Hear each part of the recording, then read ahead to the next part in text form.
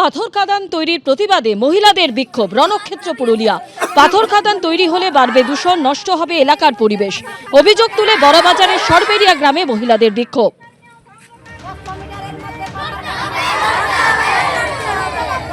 আজকে বড়বাজারে ওই সার্বেরিয়া যে পাথর খাদান আছে সেখানে কিছু কাজ ছিল।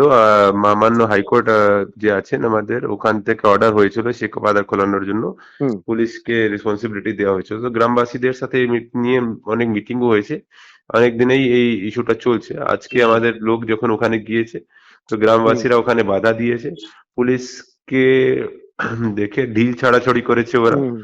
আর ওর মধ্যে কিছু মহিলারাও ছিল, অনেক মহিলা, কয়েকটা গাড়ি বাড়ি ভেঙে গেছে আমাদেরও, আর ওই যে পাথর কাদান আছে তাদেরও। তো আমরা একটু লাঠিচার্জ ওখানে আমাদেরকে করতে হয়েছে, পাবলিক ডিসপার্স হয়েছে। তো পরিস্থিতি কন্ট্রোলে আছে। আমরা এই ঘটনার ভিত্তিতে দুটো এফআইআর, একটা আমাদের তরফ থেকে এফআইআর হয়েছে আর যারা পাথর খদানের লোক আছে তাদের তরফ থেকে হয়েছে। আমরা ফার্দার অ্যাকশন নিচ্ছি। নাজিরাবাদে ভয়াবহ অগ্নিকাণ্ডের ঘটনায় আরো দুজনকে গ্রেফতার করা হয়েছে। আপনারা জানেন, ওয়াও মোমো গোডাউনের ম্যানেজার রাজা চক্রবর্তী গ্রেফতার হয়েছেন। ওয়াও মোমো গোডাউনের ডেপুটি ম্যানেজার মনোরঞ্জন শীটও গ্রেফতার হয়েছে।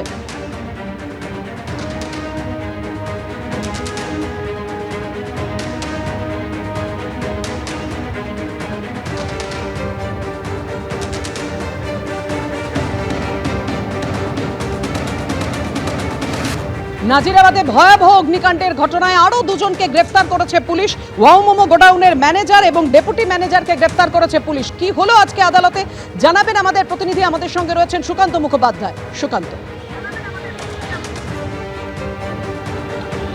দেখো, এই অগ্নিকাণ্ডের ঘটনাতে আরও দুজন গ্রেফতার হয়েছে। এর আগে আমরা দেখেছিলাম যে গঙ্গাধর দাস যিনি গ্রেফতার হয়েছিলেন তাকে 4 তারিখ পর্যন্ত বা 4 ফেব্রুয়ারি পর্যন্ত তাকে পুলিশ হেফাজতে নির্দেশ দেওয়া হয়েছিল।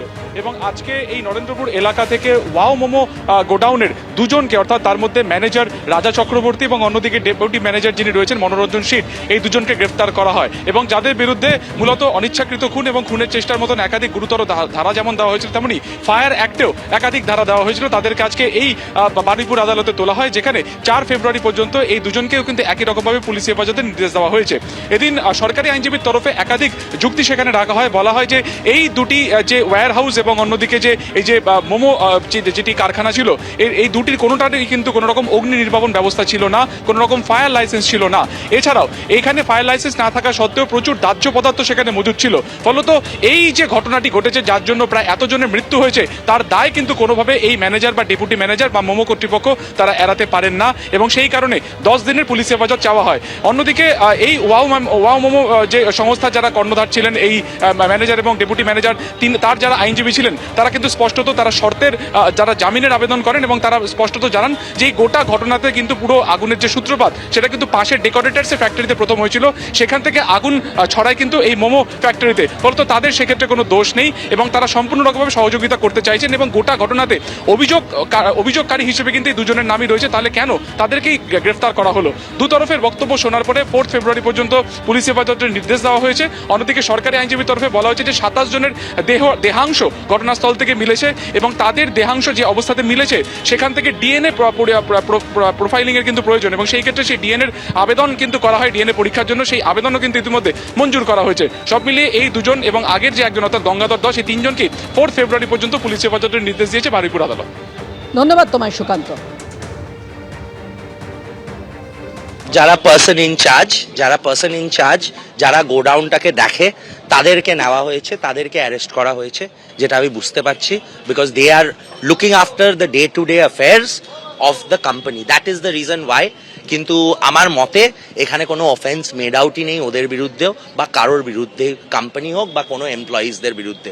আমরা অলরেডি কোর্টকে বলেছি কে 26 তারিখ যখন এই ঘটনাটা ঘটে তখন আমরা চিঠির মারফতে জানাই।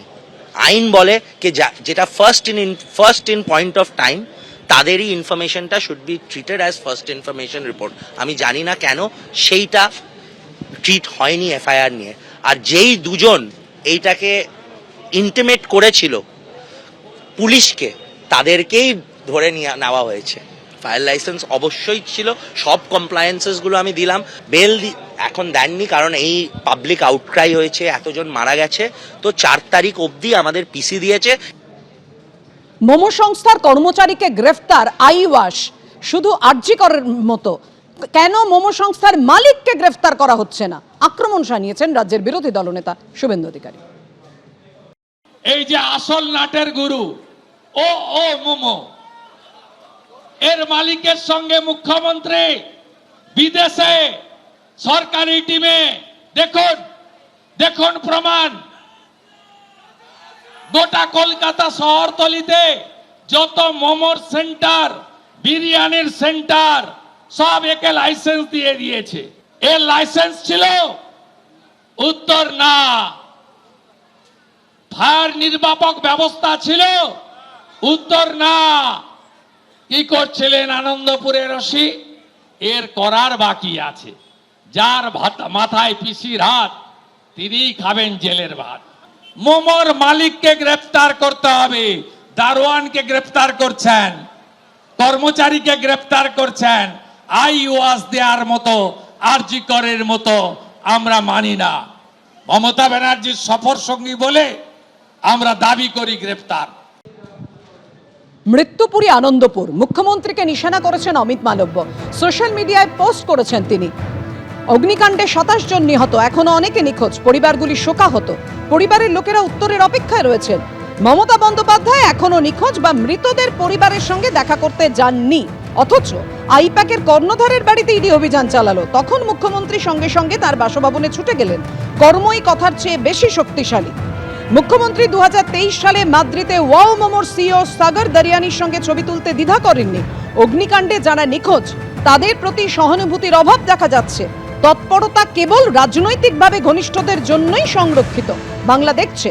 আনন্দপুরে অগ্নিকাণ্ডের ঘটনায় মুখ্যমন্ত্রীকে এভাবেই আক্রমণ শানিয়েছেন অমিত মালব্য সোশ্যাল মিডিয়ায় পোস্ট করে।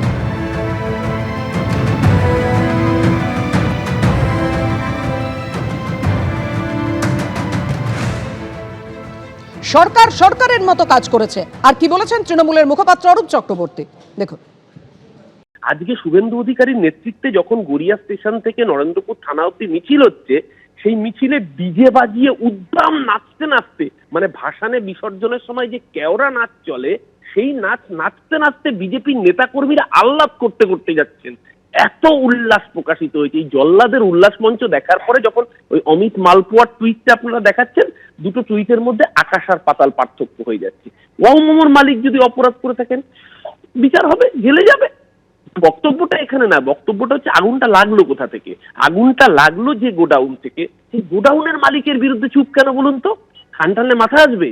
মালপোয়ার কান টানলে কি শুভেন্দু অধিকারী মাথা আসবে? কারণ ওই গোডাউনের মালিকের বাড়ি মেদিনীপুরে, পূর্ব মেদিনীপুর জেলা।